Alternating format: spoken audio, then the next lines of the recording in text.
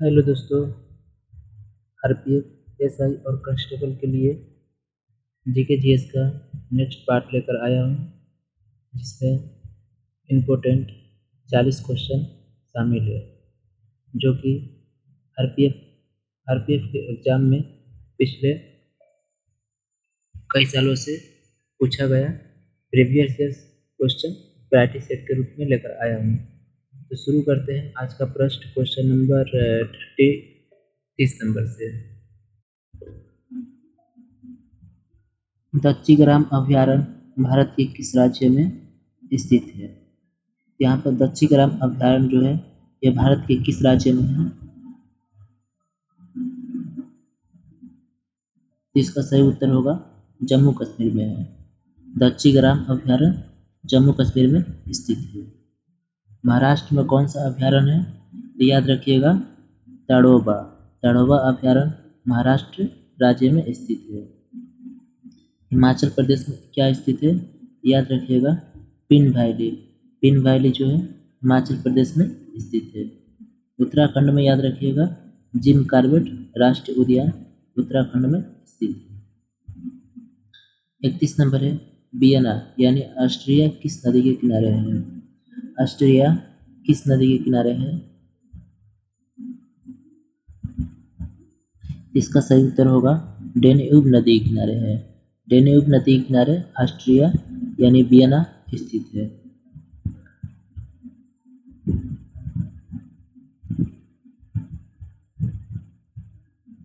Hudson किस नदी के किनारे है?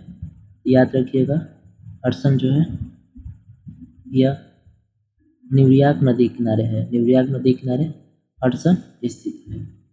टेम्स जो है यह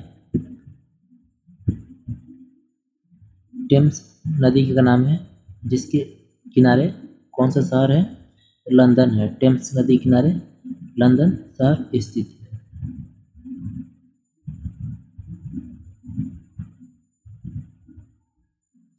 बत्तीस नंबर प्रश्न है भारत में सर्वप्रथम संपूर्ण भारतीय फिल्म 1913 में बनाई गई थी, इसका नाम क्या था?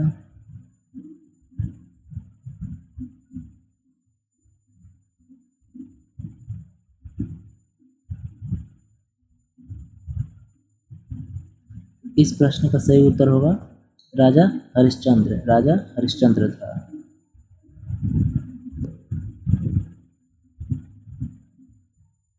33 नंबर है सिख खालसा स्थापित किया गया था, किसके द्वारा किया गया था?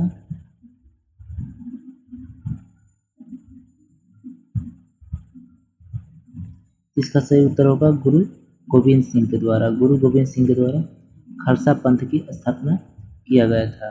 कब किया गया था? तो याद रखिएगा 1699 में। 1699 में किया गया था। 34 नंबर है वास्को डी गामा सीधे समुद्री मार्ग से यूरोप से भारत को प्रथम बार खोजते हुए कालीकट के समुद्री तट पर कब पहुंचा था?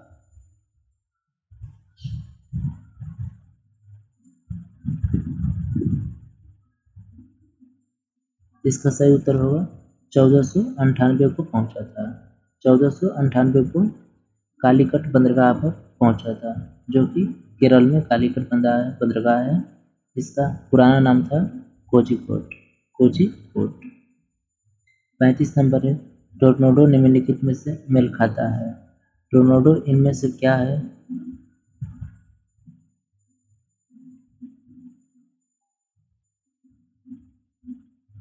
टोर्नाडो एक प्रकार का चक्रवात है। क्या है?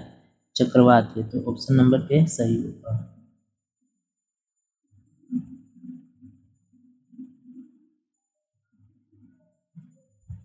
36 नंबर प्रश्न है सिंधु नदी का उद्गम स्थल कहाँ है?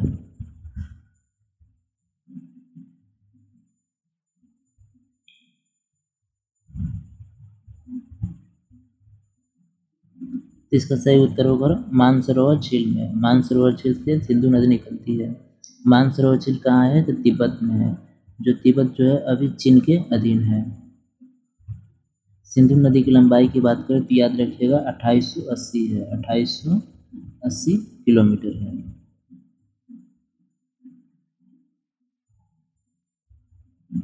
37 नंबर है, उच्चतम न्यायालय के न्यायाधीशों की संख्या में वृद्धि करने की शक्ति किसके पास है?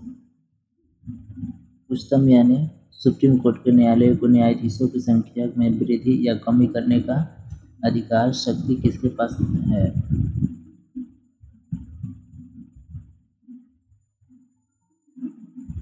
इसका सही उत्तर होगा संसद के पास है। संसद के पास यह पावर दिया गया है। अभी वर्तमान में इसकी संख्या सदस्यों के न्यायालयों में न्यायाधीशों की संख्या कितना है? याद रखिएगा 34 था। 34 है। कितना है दोस्तों? 34 अभी वर्तमान में है। जब सुप्रीम कोर्ट की स्थापना हुआ था उस समय कितना था? तो उस समय शुरू में 8 न्यायाधीश रहते थे। 38 नंबर है, 1916 में Akhil Bharatiya home rule league की स्थापना किसने किया था?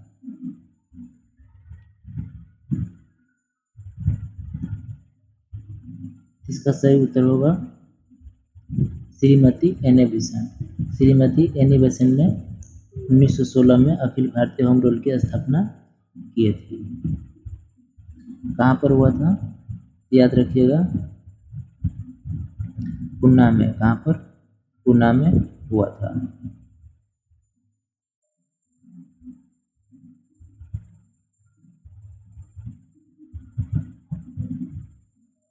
39 नंबर है, निम्नलिखित में से कौन से दो राज्य कावेरी जल विवाद से संलग्न हैं?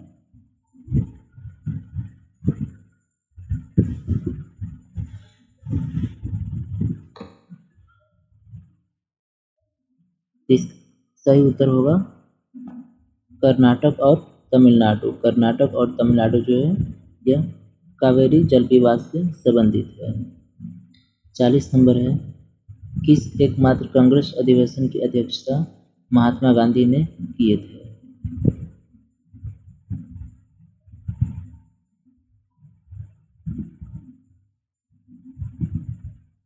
इसका सही उत्तर होगा बेलगांव। बेलगांव अधिवेशन में महात्मा गांधी ने अध्यक्षता किए थे।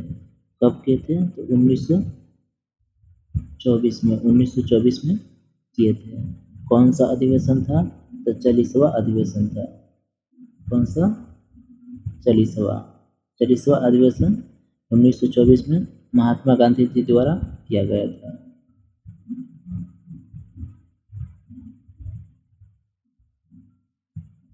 इकतालीस नंबर है, उपन्यास वार एंड पीस के लेखक कौन है? वार एंड पीस के लेखक कौन है?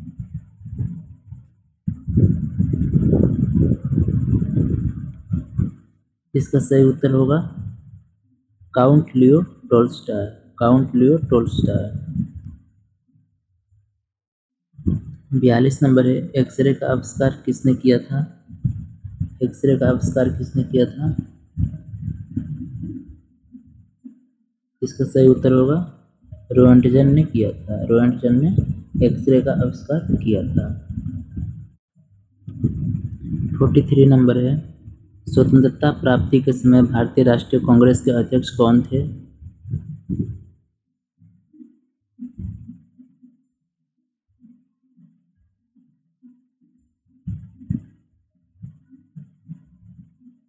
इसका सही उत्तर होगा जेबी कृपलानी। भारत की स्वतंत्रता प्राप्ति के समय भारत के राष्ट्रीय कांग्रेस के अध्यक्ष कौन थे? जेबी कृपलानी। कब थे? याद रखिएगा डेट 1929 में। 1929 में इन्हें पहली बार जवाहरलाल नेहरू द्वारा कांग्रेस के अध्यक्ष के रूप में चुना गया था। 44 नंबर है, भारतीय संविधान के किस भाग में संघीय न्यायपालिका का उल्लेख किया गया है?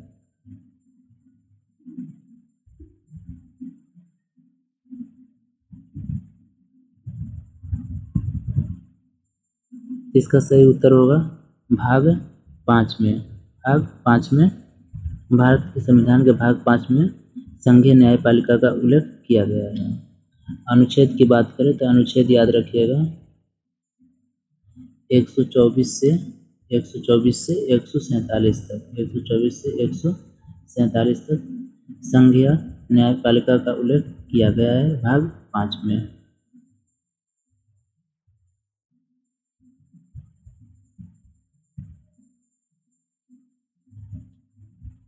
पैंतालीस नंबर है, बिहार में मुगल स्थापत्य कला का सर्वश्रेष्ठ उदाहरण है।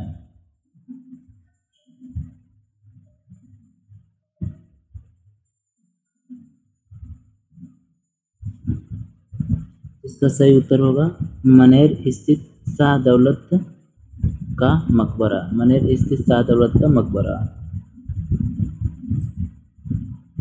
46 नंबर है, बिहार छात्र सम्मेलन के किस अधिवेशन में बिहार युवक संघ की स्थापना हुआ था?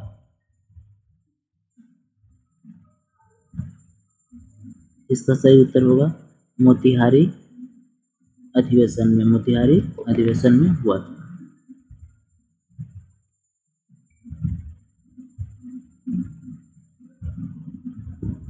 47 नंबर है, बिहार के किस क्रांतिकारी नेता ने 14 अप्रैल 1929 को प्रथम नौजवान दिवस मनाने का ऐलान किया?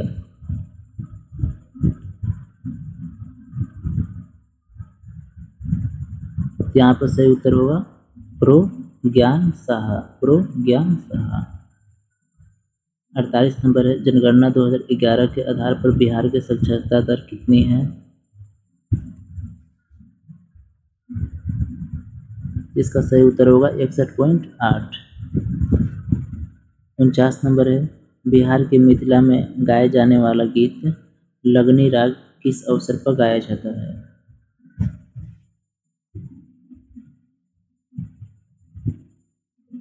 इसका सही उत्तर होगा बिहार विवाह के अवसर पर। विवाह के अवसर पर गाया जाता है।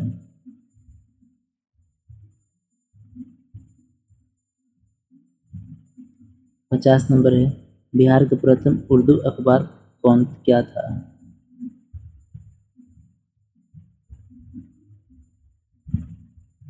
इसका सही उत्तर होगा नूरुल अनवार। नूरुल अनवार। अब यहाँ से सामान्य विज्ञान पेपर देखते हैं। 51 नंबर है, जब हम सितार के तारों को बजाते हैं तब तार में उत्पन्न तरंग है, अर्थात सितार के तार को बजाने में कौन सी तरंग उत्पन्न होता है? इसका सही उत्तर होगा अनुप्रस्थ तरंग। अनुप्रस्थ तरंग। 52 नंबर है, वायु में ध्वनि तरंगे है। वायु में ध्वनि तरंगे है, कौन सी तरंगे है? तो वायु में ध्वनि तरंगे अनुदैर्ध्य तरंग होती है। अनुदैर्ध्य तरंग होता है।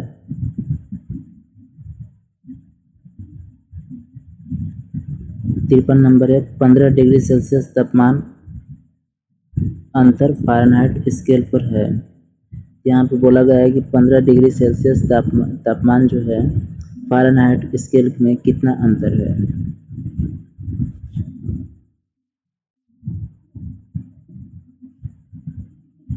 इसका सही उत्तर होगा 27 डिग्री फ़ारेनहाइट। 27 degree Fahrenheit. इसको बुलाने का तरीका है तो याद रखिएगा, सेल्सियस बटा में 5 बराबर फ़ारेनहाइट -32 बटा में 9।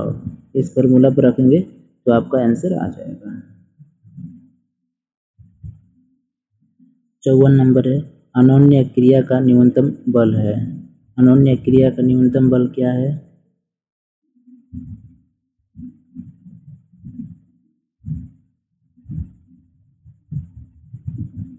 इसका सही उत्तर होगा स्थिर विद्युत बल। स्थिर विद्युत बल। ऑप्शन नंबर ए सही होगा।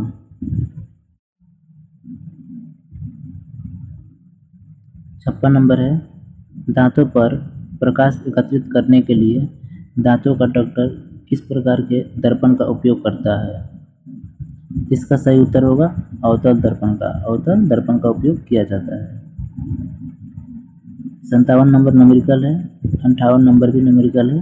न्यूमेरिकल को छोड़ करके देखते हैं केवल जीएस साइंस का प्रश्न। 59 नंबर है, एक विद्युतीय फ्यूज इस पर आधारित होती है। विद्युतीय फ्यूज जो है वह किस प्रभाव पर आधारित होती है? इसका सही उत्तर होगा धारा के ऊष्मीय प्रभाव पर। धारा के ऊष्मीय प्रभाव पर आधारित होती है। 60 नंबर है, निम्नलिखित ग्रहों में से कौन सूर्य के चारों ओर एक चक्कर लगाने में न्यूनतम समय लेता है? इसका सही उत्तर होगा बुध ग्रह। बुध जो है सूर्य से सबसे निकट का ग्रह है। 61 नंबर है, पृथ्वी अपने अक्ष पर इस प्रकार चक्रण करती है। पश्चिम से पूरब की ओर, पश्चिम से पूरब की ओर। शुक्र और अरुण जो है यह पूरब से पश्चिम की ओर गति करता है। ये दो ग्रह जो है शुक्र और अरुण जो पूरब से पश्चिम की ओर ग्रह गति करता है, तो इन दोनों को अपवाद में याद रखिएगा।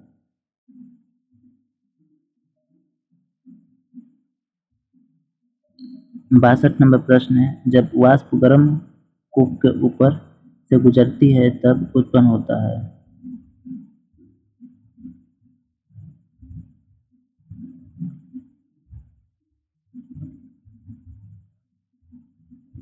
इसका सही उत्तर होगा प्रोड्यूसर गैस। Producer gas.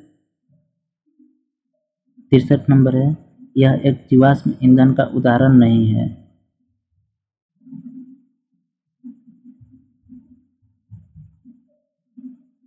इसका सही उत्तर होगा एथेनॉल। एथेनॉल जो है जीवाश्म ईंधन का उदाहरण नहीं है। 64 नंबर है, किसका ऊष्मीयमान सर्वोत्तम होता है?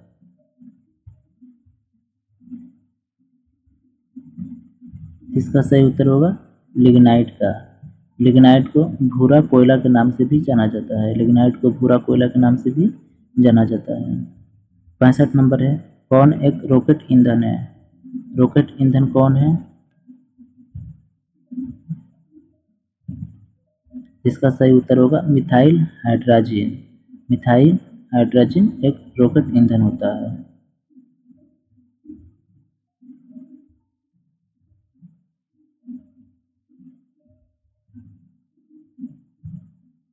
66 नंबर है, यह सबसे बुरा ऊष्मा चालक है। सबसे बुरा ऊष्मा चालक कौन है? इसका सही उत्तर होगा पीबी। पीबी यानी लेड। लेड मतलब सीसा। तो ऑप्शन नंबर डी सही होगा। इसका क्वथनांक सर्वोत्तम होता है। इनमें से किसका क्वथनांक सबसे अधिक होता है?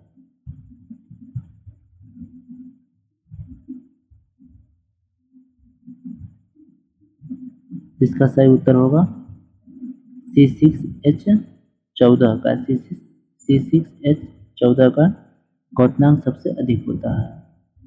68 नंबर है, यह गैस कोयले के खदानों में 80% तक के मात्रा में होती है। तो कौन सा गैस है जो 80% कोयले के खदानों में पाया जाता है?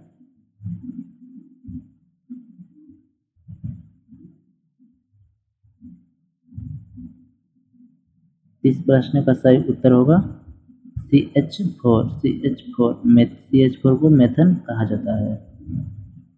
तो दोस्तों मैंने इसमें 40 इम्पोर्टेंट प्रश्न कराए हैं जो RPF के एग्जाम में पूछे गए प्रश्न थे। वीडियो अच्छा लगे तो लाइक कीजिए और चैनल को सब्सक्राइब कीजिएगा।